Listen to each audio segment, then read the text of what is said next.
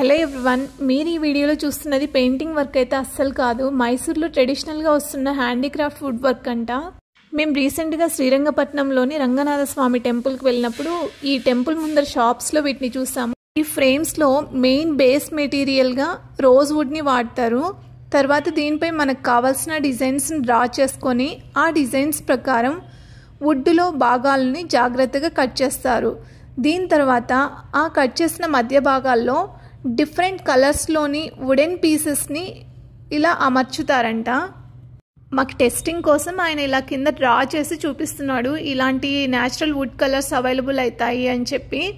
మీరు ఈ వీడియోలో చూస్తున్న గ్రీన్ కలర్ వుడెన్ పీస్ ఉంది కదా, అలాంటి కొన్ని రేర్ కలర్స్ని వీళ్ళే ప్రిపేర్ చేసుకుంటారంట. ఎలా అంటే హాట్ వాటర్లో కొంచెం కలర్స్ యాడ్ చేసి ఈ వుడెన్ పీసెస్ అన్నిటిని వాటిలో పెట్టి క్యూరింగ్ చేస్తారంట.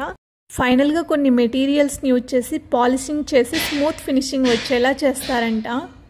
మ్యాక్సిమం ఇక్కడ షాప్స్ అన్నీ కూడా న్యాచురల్ మెటీరియల్స్ని సేల్ చేస్తున్నారు. Please subscribe. Thank you for watching.